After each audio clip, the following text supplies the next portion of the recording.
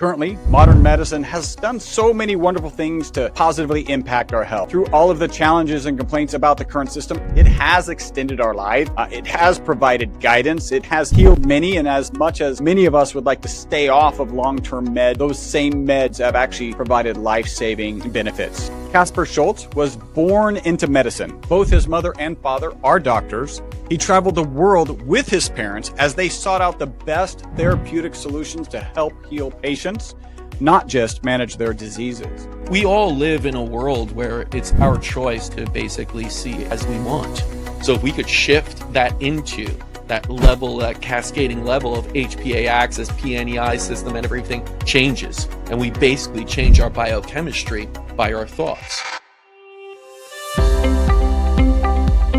Hi, my name is Chris Burris. I'm a longevity expert and the chief scientist at a lab focused on a longevity molecule. My primary focus is to help people live longer and better lives with science. Make sure to subscribe and share so you and your friends can live longer and better. Well, actually, so you and your friends can live beyond the norms. Kaspar, thank you so much for joining us today. Thank you for having me. Great intro. Love it. And it's Kaspar, or right? So that just like the friendly ghost. No, okay, Kaspar. Yeah, so much straight up. I know the A messes people up, but no, it's just Kaspar. All right, so you have a very unique background, kind of exposed at the ground level to medicine. Can you provide some of that background and the important places that kind of led you to this audacious goal of transforming medicine?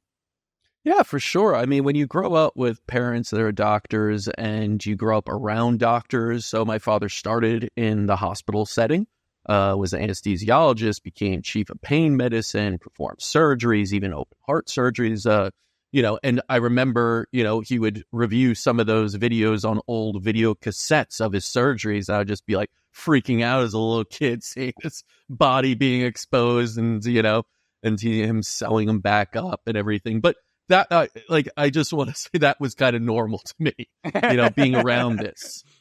And the discussions were usually around, groups of doctors around kids running around. And what were they talking about? How to better help patients. And I do think, and I will say this, for as much as I do think it's a broken sick care system and conventional medicine has a long way to go to truly help people with chronic diseases, everyone's coming into medicine with good intentions. I do believe that. I don't think there are people out there trying to be like, well, I just want to make a quick buck and get it over with and just keep a patient sick because it's more profitable. I don't think too long for a quick buck, right? Yeah. It's a lot of debt there that you leave medical school with, and you got to bounce back with. So I think everyone's going in it with the good intentions. It's just the system's off, and I think my father realized that when he started saying, "Hey, I knew from a little kid that I wanted to be a doctor, but I really wanted to help people." And where I am right now, I'm giving them a crutch. I'm able to provide them with some short-term relief, but they're coming back to me usually in a worse condition, and I don't have the toolkit to truly help them get out of this and regain their health. I could manage this disease, but it's slowly getting worse and worse each year, and I have to give more medication, more surgeries, and then pass them off to one of my specialist friends here to try something else as this kind of disease progresses. So what he did was what I thought at the time every doctor did, is start to travel the world and start to see what else is out there beyond the U.S. kind of conventional medical system of mostly pharmaceutical drugs, procedures and interventions on the surgical side. And that's where I was blessed to really see the world and go to places like China and learn about traditional Chinese medicine. And again, I was probably like 8 years old. I do remember being on the Great Wall of China. And back then there weren't too many. I won't age myself, but it was a long time ago. And back then, there weren't too many Americans that I had long, blonde, flowing hair at the time of the Great Wall of China. And all these Chinese young kids were flocking over thinking I was in a boy band and just taking pictures with me on, the old school kind of cameras. I have to share with you. When I was younger, my dad was in the Air Force and I was in Taiwan, probably between ages 4 and 5. And I was tow-headed. I don't think I had long hair because my dad's in the military, but I think it was tow-headed. And people would just touch your hair like they just had never seen it before. And I remember one time I slugged somebody. Apparently, I don't remember. Oh, really? That. You didn't take it? My parents told me that. Okay, I was far too shy to slug anybody on the Great Wall of China that day.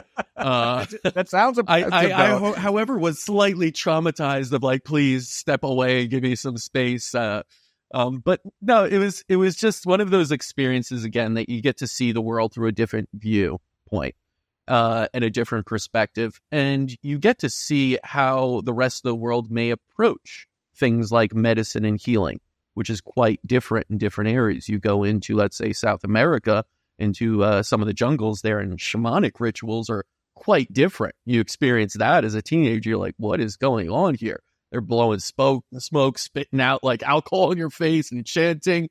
And nevertheless, you start to see that these things on an experiential level and anecdotal level do help the locals in some ways.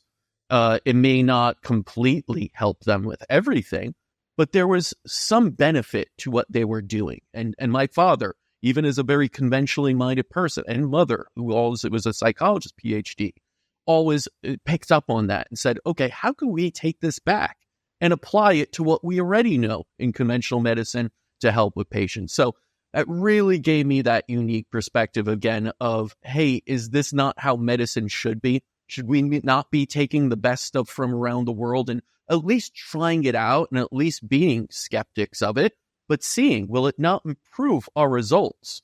Because what we're seeing right now, at least, is that most people the majority are sick. We have 60+% now that are chronically ill. A quarter of those people have multiple comorbidities. So what are we doing to truly reverse that and solve the issue? And right now, conventional medicine doesn't really have that answer. Yet, if you look at it as what else is out there in the world and how we integrate it, which is the integrative healthcare model, I'd love to see kind of really pushed out into the world. That does provide actual solutions to regain and restore your health and not just manage disease within a sick care model. Yeah, it sounds like, a lot of the people kind of in this longevity and biohacker space, there aren't a preponderance, let's say, of MDs, right? But the ones who are you're just describing the kind of the same journey that your dad went through, which is like, great, I was, doing surgeries, I was prescribing pills, but they kept coming back. I wasn't solving the problem. And they've moved into that. One of them that pops to my mind is Dr. Gunfrey, right? Who walked away from pediatric heart surgery and is now kind of really ultimately focused on nutrition. I know he does other things in his practice, but that sounds like they've gone through that. It's also kind of impressive. I've got a good friend of mine who's a human behavior expert, and he's not a degreed person, but his therapies are unbelievable. And anytime, and they're short. They're like 90 minutes. Let's get rid of this issue. I don't need to see you once a week. And I'll have conversations, and clearly both your dad and mom fit into this with not even necessarily a PhD, but somebody who's got some sort of degree and is able to do therapy, according to the system. And the first thing they're asking is, what are his credentials? And I'm like, what do results? Like, where do results fit in credentialing? Because that's what most people really, really want. So you've got not just the medical and psychological background, but from really kind of open-minded people who haven't gotten trapped in the specialties that they work so hard to get into. That's very cool. So when we talk about the current medical system, like, what are the key challenges? That's a broad scope. Are there any more details, or is it just the fact that they're putting a Band-Aid on it and sticking you out the door, or is there a better way, a more in-depth way to describe those challenges? Well, I think part of the challenges that we have to see within the conventional system right now is, like, number one, what is the level of success with what we're going about here? Because, a lot of, patients that go to conventionally trained doctors will get a medication and say, I'm feeling better. And that's success. It's not to say that if I stopped taking that drug, I would feel worse, maybe. It's not to say that over the years, I will probably need more and more. And it's not to say that my disease is gone. It's obviously not gone. I need to keep taking this pill in order to just manage this disease in a sense and not have as many symptoms. So if you look at, the success of that, it's okay, that's fine. You could say that was successful, but is it truly successful? Because I think if you change the measure of success to one of true health, of self-management, of this, homeostasis of body, mind, spirit, then that's not really successful. We are only putting the Band-Aids over it, and we're doing that on a daily basis. And it's not a long-term approach that's winning. We understand that we'll get sick, and usually if we subdue something in one area, it pops back up in another. This is the case of a gambling addict that you're just giving enough money that they don't go bankrupt. Like, it usually isn't a good idea to feed them a few dollars each day and keep going at it and not address the root causes. And I do think that's another one is what are we really trying to do? Are we just trying to mask symptoms, or are we actually trying to address why is there? I feel like not enough people that go to doctors really ask that question and get a good answer. Why do I have this disease? And you could always lean on it's genetics. And I would always say, well, there's something called epigenetics that's really important to understand too. And lifestyle changes and the fact that so many doctors don't even ask those questions of how are you eating? What's your stress level like? What are you doing in your day-to-day life is kind of astonishing, because we've kind of passed that buck of you could do whatever the hell you want. You're going to be sick anyway, so just take the damn pill or do the surgery. Instead of saying, well, shouldn't that be our last resort? When all else fails, we'll give you this pill to manage it. In those acute states, we know conventional medicine is amazing. If I get in an accident and go to hospital, like, I'm not going to be like, all right, tell me about my lifestyle changes as I bleed out here. Let's do some homeopathic and herbal, remedies right now. Organ meat. Right. That's not it. It's like, hey, like, open me up and put me back together and do everything that you guys are absolutely astounding in that. There is no doubt, and there should be like no level of too much praise for that.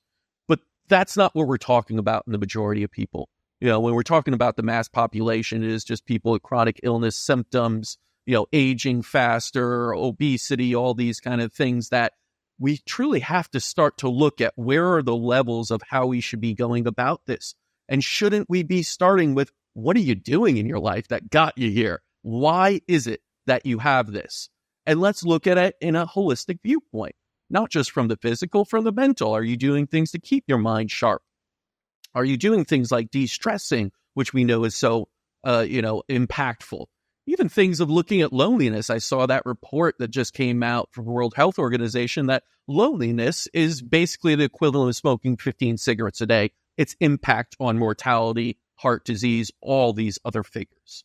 So something like that, I don't think I've ever heard of a conventional doctor asking, are you lonely? What's your relationship like with your friends, with nature, with your environment?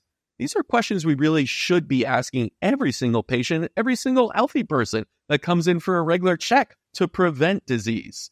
And that's, again, one of the things that I see. We don't have this idea of prevention for disease. We wait for it to happen and then try to address it when it's already at a late stage. Yeah, I think, just to piggyback on that, I think there's a lot of cases we even have disease naming in the medical community, which if you ask them, what does that mean? Well, it means you have acid coming out, but we don't know why. Or it means you're, chronically tired, but we don't know why. So that's fibromyalgia, right? Like, these are names. And as, the consumers of medicine, we're like, oh, great, I know what I have. No, you don't, because the questions haven't been asked deeply enough to actually know those. And one of the things that happens repeatedly, right? So my product is associated with the single longest longevity experimental result ever. And when I share that story, a lot of people are like, why would I want to age? Like, why would I want to live longer? And what I'm like is just kind of snapping into place now is, when you go on that medication, that is the solution to XYZ disease. That means you have something that we can't explain. It's kind of assumed to be perpetual. Right. Mm-hmm. And this is just that downward track that people are not interested in participating when they say, I don't want to live longer. And so, it's conventional medicines is one of the root causes of not wanting to age. That's very interesting. Are there any aspects, any kind of focuses of medicine that seem to be more subject to these challenges, like internal medicine, oncology? Are there any that you see like those are the ones that tend to do the Band-Aids the most?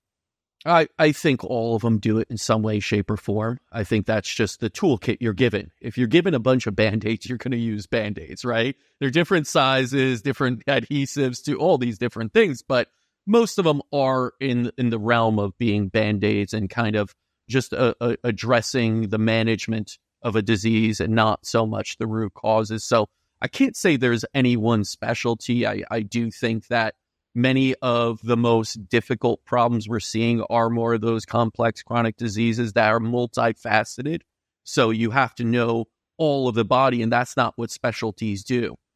Oncologists, as you mentioned, know very well about the cancer and then which organ it is, but what are the relations to all other organs, and what are the initiating factors of a cancer that we could start to address while addressing the cancer? Because if you go through a bout of chemotherapy and you happen to kill the cancer before you kill yourself, in a sense, because that's what's going on. Yeah. What's to say that it won't come back? Because did we ever address what was the true cause of it? Was it a toxicity that you had in the body? Was it even emotional stress that just caused the whole body to break down? Was it immune dysfunction, nutritional deficiency? And the answer most of the times it's a lot of those things. It's never just like one thing that happened. It's years and years of decisions and choice making that kind of led to that, and exposures. So it's difficult to kind of give that one and done answer as much of modern medicine does. Like, oh, genetics will just do this. I think it's probably also interesting from your background with the psychological piece, because that is so much of an important, and you had it kind of resident in your home, right? Previous generations were not as aware of the impacts that our mindset or our mind state had on our physiology. Did your mom drive some of that? Was she kind of aware? Absolutely. Of? Yeah. No, listen, she was never truly analyzing me, I hope. And she gave me the freedom to screw up and live through some traumas and psychological issues. As one should. I feel you have to carve out your own path and find ways to improve yourself by failing, by having those challenges in life. However, of course, that was such a big part of understanding what health is. We look at a lot of times as health is, do we look fit? Do we feel kind of that way, as far as our bones and no aches and all of that? But what about our minds? And that was always put forth to me as a young kid. It's the mental game is probably more important than the physical one. And I would even go as far as to say that the spiritual one is probably even more important than the mental one. And we do it opposite. We put this idea of spirituality as like, oh, that's religion. Who needs that anyway? It has nothing to do with religion, more so with your consciousness and purpose and feeling that connectedness and value to the world and to society. And then from there, it's your mental attitudes, how you deal with the stresses that are usually all mental games in a sense. And that you see so many people suffering with anxiety, depression, these more psychological issues. And then finally, it's the last piece is really the physical game. So I was always taught that. And, as much as, of course, we have to watch what we put in our body, move our bodies, we also have to, what we feed our minds, the thoughts we have every single day are so vitally important. So I was always given that, like, oh, always think positive, all those stuff you hear, but then take it into that level of affirmations, visualizations, and other techniques to impact meditation, all of it. Yeah, that's. I love to understand the story that led to today, and so that just kind of clicked with me. All right, so we hear that we'd like to shift from sick care to health care. We've talked a little bit about why you think that's important, and maybe there's a little bit more to say about that. But also, how do we do it? We need to, I think, be sick and tired of being sick and tired. That's how we do it. It's not going to come from the medical side. I'll tell you that much. It's not going to come from, an establishment like pharmaceutical and the healthcare system as a whole and insurance systems to say, we're going to change, right? It's always driven by demand in a sense, and the demand is from the patient. This is precisely why, pharmaceutical companies do advertise on TV. It's not like a patient could ever buy that, right, at their store. It's almost silly because you still have to go to your doctor who should be telling you what you need as a prescription, but they know that patients will demand it and doctors will listen. Yep. So I truly believe that if we're going to change medicine as a whole, the healthcare system, that it has to start with the patient saying enough is enough. And I do think we're getting there, because at least from what I see in our center and talking to so many colleagues that have centers throughout the world that are more on the integrative or outside of just conventional, there is a push of, hey, conventional wasn't enough for me. I think the pandemic also helped with that, because a lot of people are saying, well, I don't just want to manage my disease and be at a higher risk of something like this going through the pandemic, which I heard over and over, I'm at a high risk having this disease and comorbidity. It's how do I take charge of this and get ahead of it before the next one comes? How do I do something that isn't just popping a pill and, feeling kind of crappier year after year and having this disease with me, having some flare-ups and having to go to hospitals sometimes? How do I get ahead of this? And is there a solution to this, which obviously we've been able to show, and so many people have been able to show, there is something beyond conventional medicine. There's functional medicine, there's integrated medicine, European biological medicine, energy medicine, spiritual practices. There's so much more to the realm of what is medicine as a whole. And I do think that people are getting to that point that they're saying, I want to take control of this, and I do want to live longer. And like you said before, why would you want to live longer? But that's where the system changes. You want to live longer because it's not an either or. It's either I live longer and suffer more, or I, kind of die early and go out with a bang feeling good. You can do both. This is an idea of, as your quality of life improves, the years of your life can also improve and your longevity can improve. So that requires a little bit of a shift and a little bit of this demand from the consumers, who are the patients, who unfortunately we're in this downward trend. We're more and more sicker and sicker. And I feel like we have to get to this inflection point, because it's just not there yet where we will be able to say we absolutely need a change in the system. Otherwise, this goes, to a point where we just can't withstand. Insurance won't be able to cover this. Our next generation won't be living. The years of our life will be going shorter and shorter and worse earlier and earlier. I'm guessing some of it, just like you described pharmaceuticals advertising to the end users so they go talk to the doctors, that's what you're doing with innovative medicine, is like you're creating this voice of, hey, this is how it could be done, right? And then you're actually being a voice, which you may have been shy on the Great Wall of China, but now you've kind of stepped into that role. Is that kind of what you see as the purpose, to be that advertising that the patients start taking to traditional doctors? Oh, yeah, for sure. I mean, it's an uphill battle, because I do understand where most people are coming from, that this is what they're taught at a young age. Conventional medicine is the way. Everything else is not, it's kind of out there, and don't look at that. We listen to our government bodies of this is the proper way of addressing, all these things, and health associations and AMAs and all this. And so we have a lot of belief in that. And our belief systems are usually engraved by age 7 or so. And then it's in our subconscious. And usually we're told if we have a little sickness or somewhere, your kid, you go to the doctor, you listen, he'll give you the drugs to help you. And so we have that belief system going forward. So it's a massive, I would say, challenge to change that. But it's one that we do through awareness, education, empowerment. It's not one where we force it on you. It's not one where we just say, why aren't you thinking this way? It's one to pose the questions, to provide different points of view that can open up minds, and then to showcase the results as well. I think a big part of what I like to do within the podcast is not just have experts on to show a different way, but have patients on that have, truly been in incurable states and now are happy and healthy, and them share that story, because I think that's the way. I'm big on experience over evidence in some ways. I think both are necessary. But if evidence was the only thing that's really propelling us, we should have all the evidence in the world to live healthy with 6-packs and rich and everything like that. Information is abundant. We have tons and tons of research all over the place on everything out there now. And yet, we're the sickest we've ever been in many ways.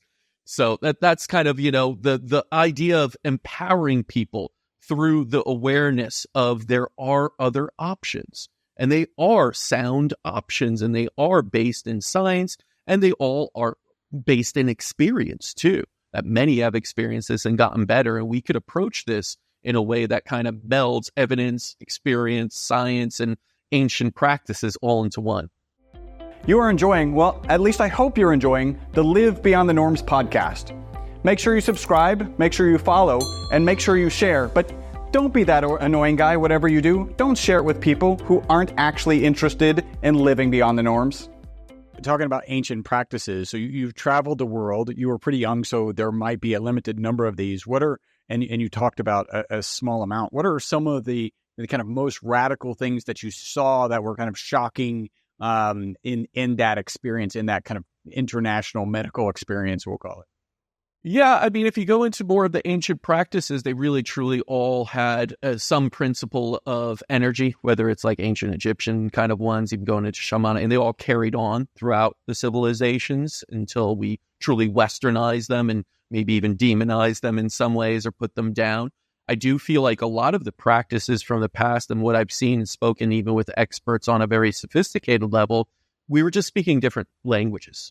Whereas in the past, they may have used different words for it. Things like quantum physics now are kind of, truly giving a different language to the same thing and showing that this is actually incredibly important that we look beyond physical matter, more into energy, vibrations, frequencies. That is the kind of coding of life in the universe, as Tesla said. So I think that idea that the ancients really had this maybe more figured out than we do. And that if we looked at their practices and didn't belittle them just because it wasn't technologically driven, but applied it with technology. Like, I love the idea of taking things like acupuncture and using lasers and electrical stimulation and all these other things that are kind of much more advanced, let's say, than a needle or other things, and applying it to a patient and seeing how that works in conjunction with other practices that are more on the mind, that are more on consciousness, and evolving and opening up to different kind of levels of consciousness. I think those are the things that I noticed over and over in different ways, whether it was China, Peru, India, Africa, that they still appreciate and that can be utilized in a modern way that is quite scientific and can absolutely get better results than just looking at biochemistry and addressing that, which is really the conventional model. So those are some of the kind of different focus on energy. What are the things that you've brought back into integrative medicine that, maybe traditional doctors, and maybe they're the same things, but, that maybe traditional doctors aren't going to be incorporating? Well, I think so many of the, like I said, frequency devices, so understanding that, whether it's the biochargers, the halo kind of, light therapies, electrogem therapies, all of these things that deal with the invisible, and deal with the different types of energetic principles are really good when you incorporate that with the traditional. Like, we do lots of IVs. We understand the physical part is important. Nutrients, different types of elements and formulations going directly into the body is critically important. But then you look at pulse electromagnetic field therapy, you look at laser therapy, all types of resonance therapy, and even different types of induction therapy. Like, there's so much out there. And I actually got back the other week from Baden-Baden, which has the largest European biological medicine week. And it's just like, you walk through there and you're like, why aren't we applying this?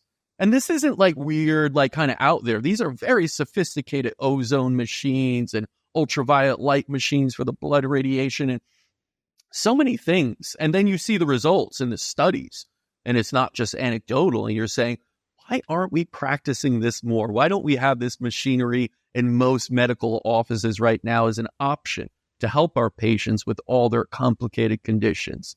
And you start to question, it's like, do we really have our blinders on in medicine? Are we really just sitting there saying we have everything we need to solve everything?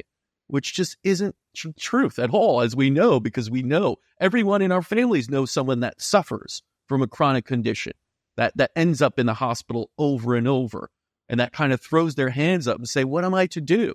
And I want to be that kind of voice of reason and be like, look around the world. There's so much you could do. And there is so much we should be applying as both doctors and demanding as patients within the kind of conventional medical field to uplift it and help empower and really heal those people. So we've been kind of dancing around integrative medicine, right? Can you talk, like, how would you describe it kind of succinctly with a focus on this is what integrative medicine is, the kind of your facility? That's my question. Yeah, I always I make this analogy. It's like, what would you describe? Like mixed martial arts. You had so many different practices from around the world. You had the Brazilian Jiu-Jitsu people in the beginning, let's say, of UFC or whatever it was then.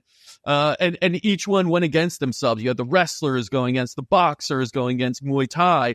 What it ended up being is everyone had to know all of it. These guys today, they have to learn and be the top in all of these practices. And I'm saying the same. If you were to look at physical modalities, spiritual therapy, psychological interventions, natural treatments, energy medicine, I want this whole spectrum to be around the table. I'm not saying everyone has to know all of it, but I want specialists around the table of what this is in one area and putting the patient in the middle of that table to say, how can we treat this holistically with all we know? What is the chiropractor, acupuncturist, the laser specialist, the surgeon? And how do we really let the egos drop? Because, you don't want to be like, I know how to do it, cut them open. That's what like every surgeon will say to every case, basically, because that's all. But if you have an awareness and respect for each other around, and at least, oh yeah, I've heard that works for it. Why don't we do that with a little bit of what I heard here? That you start to bring in an integrative model and approach. I will say this, Chris, that I think as much as conventional medicine has become very specialized and you just stay in a very small lane, you only learn about the GI system and look at that for a gastroenterologist, neurologist is only the neurological, right? I think alternative medicine is kind of doing the same thing. You only have an acupuncturist, a chiropractor, a hyperbaric oxygen chamber therapist. And then, and that's it. And you just jump from one to the other. Whereas we were saying, like, all of you guys are right. Let's bring you all together under one roof for the benefit of the patient and see how we could synergize all these different ones. So we don't like to say that, oh, you can't go to conventional. Our doctors that we work with are conventionally trained. They know what that benefit is. They know when to put someone on an antibiotic when it's very necessary.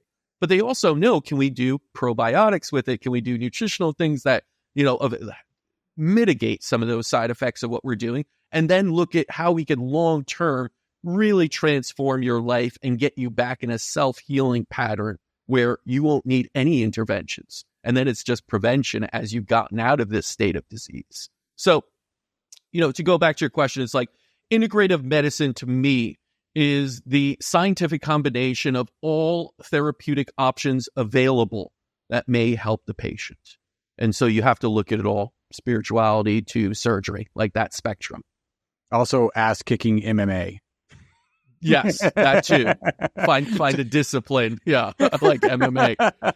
So just don't break too many bones doing it. Yeah. Some of what you're saying is right. Like when you walk around with a hammer, everything starts to look like a nail, right? And then you're saying that that's even kind of happening in the holistic space where, Absolutely. You've just got the acupuncturist, you've just got, the therapeutic massage person, and really your thought process is everybody, not everybody, at least somebody, the integrative medicine practitioner needs to have enough awareness of all of these modalities so that, hey, we could go surgical or, let's try 5 to 30 other things first, right? Because absolutely. Right. And try and synergize. And even if you don't have that, let's work with an acupuncture. We have a very large network. We don't have everything under the blue moon, right?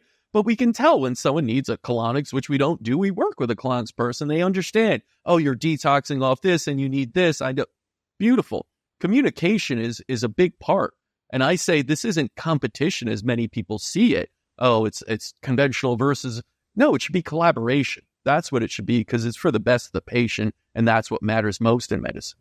That's very cool. And then my next question, I feel like we've probably already answered. I don't know if you'd want to, like, what do you see the path forward for medicine? And maybe it is just this integrative, or is there kind of a broader picture that you might paint?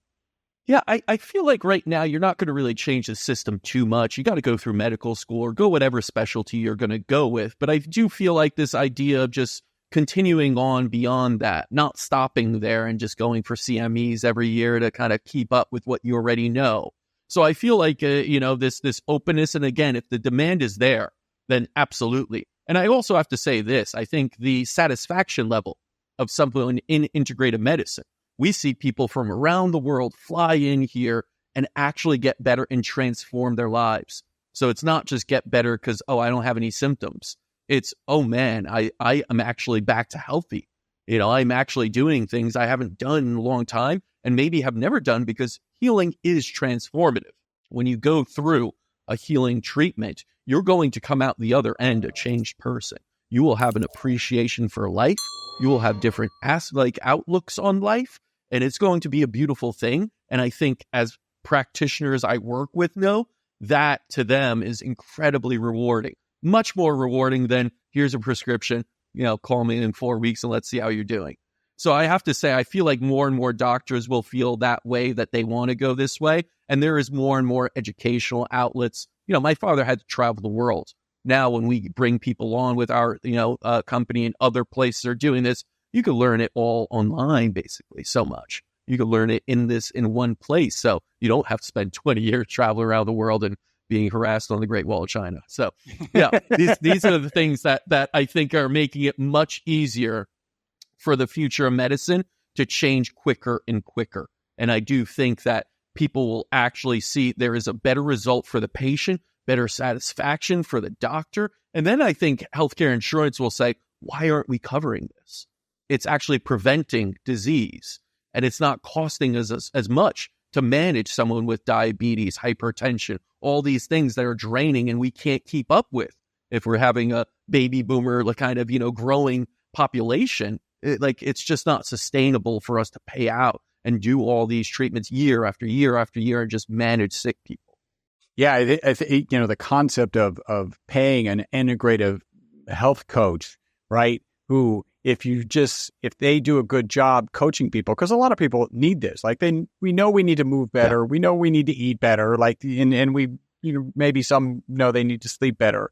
But if you just were able to address the first two, which a lot of people aren't doing what they should be doing. I love the phrase, the difference between where you want to be and where you are is not because of what you don't know. It's because of what you know and you're not doing. And that's where a coach can actually come in and say, let's get you moving. Let's have that accountability piece. Let's get you eating healthier. Let's have that accountability piece. How much money are you ultimately going to save by just going in that direction? Let alone really kind of getting into more complicated integrative health options. That's pretty fascinating. Is there anything else you'd like, because I have a couple of wrap-up questions, but is there anything else that you'd like to kind of paint a picture of for in integrative medicine? No, I think if anyone's just becoming kind of, aware of this option out there, it's just to pursue it a little bit and see how it feels for you. I feel like a lot of people out there are turning to social media for the answers and, listening to other people and influencers and experts out there. I all said, listen, I'm not an expert at all on it. I'm just an observer of what I've seen over the course of my life, traveling the world, being around doctors all the time and seeing the outcomes. That's all I do is share that with the world. But I do think you have to experience, become aware, I was talking to someone just before who had chronic Lyme, was basically, bedridden for years. And she said, you just got to become your own best advocate. I could have listened to the doctors. I'd still be in bed probably. I would still be on massive amounts of antibiotics that was just crushing me and just weren't working for me. Everyone has a different path, but you have to be your own best advocate and just keep searching, because there is nothing more valuable in this world than your own health. And once you lose it, you know that you'll spend any amount of money to get it back. So if you're wondering more about this, and if it feels right to you to be shouldn't we be going after root causes and truly trying to optimize health and preventing disease from the first place ever occurring, then just, start to go into that, pry into that. I find that curiosity that we have as children is often lost, and we just go along with the status quo of take the drug, do the surgery when you're going to get sick when you're older. It's just, nature. That's what happens. You start to hurt and everything falls apart when you reach 50, 60. It's no. That is not the truth of the matter. go with kind of more what your instincts and gut tells you can be the truth, which is we can all be healthy and go into a much, much elderly state and feel good and happy and all these things. So do the research, become your own best advocate, and see what's out there. There's so many beautiful resources, books and other things, and podcast, and the work you're doing, and it's so many others that you can follow and learn so much more about. What a great message! Like go pursue health span like that. You like dig into the information and pursue it. All right, here we are. Wrap up questions. Do you, Casper? Do you have a target age that you want to live to? I don't. But the thing is, like, I hope like 100. And I'm not going to say hope. Like, yeah, I'd love to live to 100. I'd love to live to 120. Whatever happens, like, I'm going to live also on my own terms. So if the universe is just like, hey, like you're traveling and you fall off the, Victoria Falls or something and like doing something crazy, then let it be. I'd be doing it what I love. But I hope healthily I could go to 100. Excellent. And how long do you think humans can live? I've studied this a lot, the mitochondrial theory of aging, and had discussions with experts on this. I think, and again, it's hard to say because no one lives in a vacuum these days, and they have so many inputs that can change that. I don't see a reason why we can't push around 200 or so. Just looking at the science, I'm saying, not like throwing a number out. Because if you just go with, if you keep your mitochondria healthy, telomeres, capped and all this, like what would be to stop you from doing this? And I think the things that are stopping us are, again, belief systems. It's the 4-minute mile. It's impossible. No one could do it. And then someone did it. And you're like, oh, everyone could do it. Like, I'll do that. Yeah. Let me do that also. Yeah. So I think, we will see that at some point. It's unfortunate because it doesn't seem like it's right now, but I absolutely believe like 120, 150 can be done. We're in an uphill battle now because it's like more toxins in the world, more fear. Technology is being used like in a way that's not helping us in some ways, right? It is a tool. There's good and bad to it. It's how you choose to use it.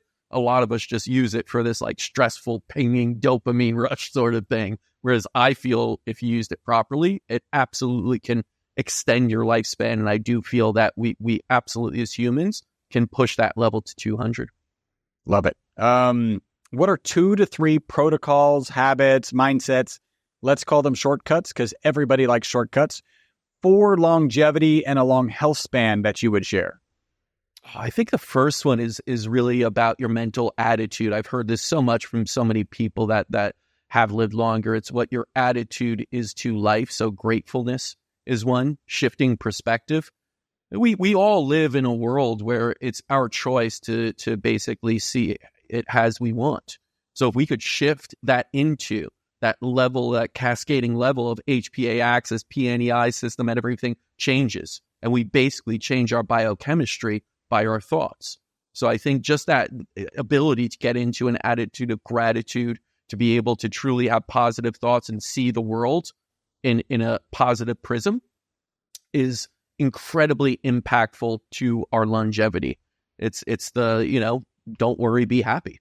Like just play that song over and over and like do that. And you truly will, I think, extend your life and see a happier life, no matter who you are. I think the other end of that, of like something that I see too many people, it's like, get out of the rat race. Like do it on your own. Don't listen to societal norms. Truly be an independent maverick. The healthiest people I've found around are ones that don't abide by this idea that they need the 9 to 5 to do, and they got to work hard and never balance and sacrifice their health to get ahead. You don't have to do that. I do think hard work is a very important part of it, and I think that's healthy. But like anything, too many stressors is a bad thing. I love the idea of cryotherapy and saunas and shock therapy and all these things that are stressors that kind of make us stronger. But too much of that is also too much stress, right? We're already living in a place where we give ourselves chronic stress. We are the creators of that. So I do think that going against norms and being really, really open-minded and finding what works for you and truly being in tune with yourself, get into nature, really focus on building your intuition and learn what is the best for me and just go with it. Don't care what anyone else says, what your family even says, if they think you're crazy, what society said. Like, just do it. Be very, very authentic and true. And I think that's the healthiest version of you. Excellent. All right. So we've got mental attitude, grateful and positive, and then be that maverick, especially when it comes to your health. Yeah. Be strange. Be weird. All right, Casper. How can people contact you? Yeah, I'm always on Instagram at Casper Schultz. That's CasperZulc. They could also go over to innovativemedicine.com to learn more about the company. Hopefully we'll be opening up more centers and get more access. Right now we're in New York, but we're looking to branch out. And of course, I do a podcast called Your Health, Your Story that, shares a lot of different stories of experts that I met from around the world and patients that had remarkable healing stories. And what is one thing in the near future you're excited about? I think this idea scares people a lot on AI, and I'm not going to touch on that because I think there's the other side of the coin that is quantum computing that is even somewhat scarier, but also as I understand that so much of like the energy medicine realm and tapping into decoding the secrets of the human DNA and what's going on inside the body happens at that level. I think that would be astonishingly like remarkable to truly getting to root causes. You'd have like those Star Trek scanners with quantum computing that could kind of answer those deeper level answers of why you are sick. Not just, oh, we found this, which is like lab tests you could do now, but getting there. So, I mean, I think it's right around the corner. And again, we might not even make it there with AI and quantum coming together and being like, we don't need humans anymore. We'll see. I'm hoping, again, positive prism. I'm hoping that won't happen. And we get quantum computing and it does transform our whole medical system to go beyond like a biochemical and go down to that energetic level and see what is the initiating factor of this disease and how can we reverse that rather than manage it. Very good. All right. So you can find him on Instagram. That's CasperSzulc. So that's Casper Schultz. Website, www.innovativemedicine.com. And the podcast, Your Health, Your Story. Casper, thank you so much for joining us today. Thank you, Chris. This was a pleasure. Really appreciate it. I hope you enjoyed this episode of the Live Beyond the Norms podcast. Make sure to subscribe and follow. Also, make sure not to be that guy, the guy sharing this podcast with people who are not interested in living beyond the norms. If you would like to learn more about the ESS60 molecule, the molecule responsible for the single longest longevity experimental result on mammals in history, a full 90% extension of life, visit myvitalc.com. That's myvitalc as in carbon.com.